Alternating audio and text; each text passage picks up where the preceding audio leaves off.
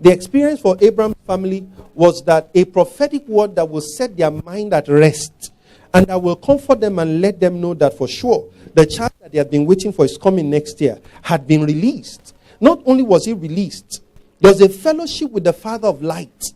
Abraham was engaging in conversations with God the Father. Now God has left Abraham, now he's journeying towards Sodom and Gomorrah. There's about to be another experience.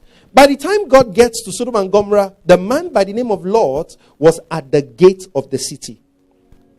Gate prophetically represents one of the most important aspects of a nation.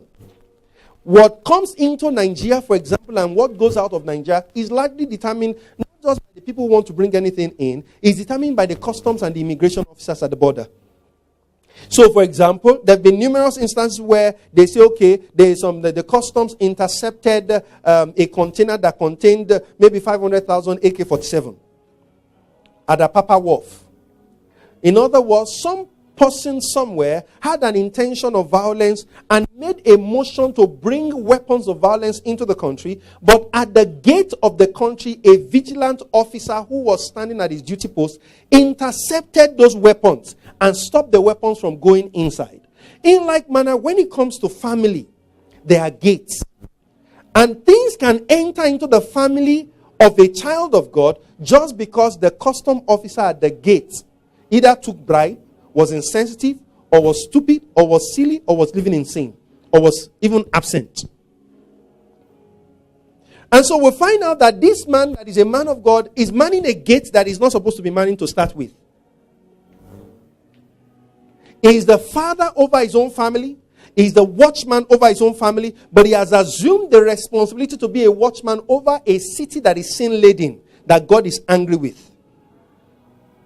Now let me also say to you that one of the areas where you and I need to be careful for is that there are multiple dimensions of gate in the realm of the spirit. There's a gate to your own life.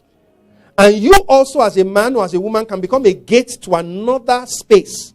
For example, the primary gate in every family is the father. There are two major gates in every family. Number one, you have primary and secondary gates. The primary gate in every family, first and foremost, is the sovereign God himself, number one. The second primary gate in every family is the father.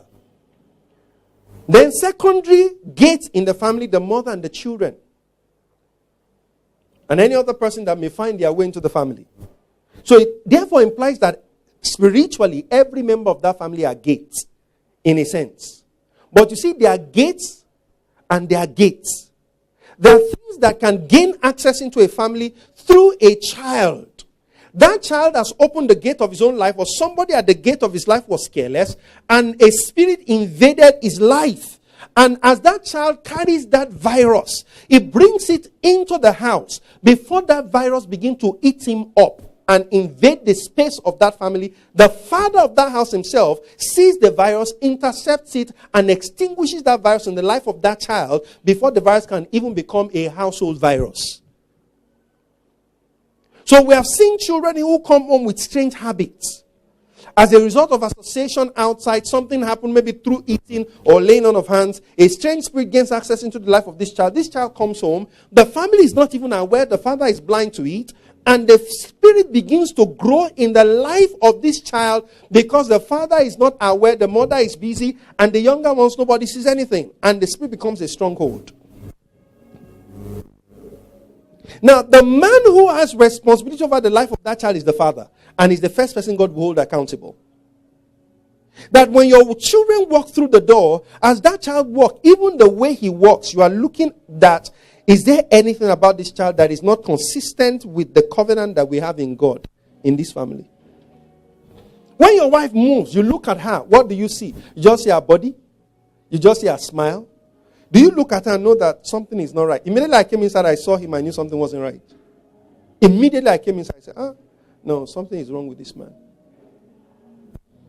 That is what it means to be a gatekeeper. To guard the gates of your family.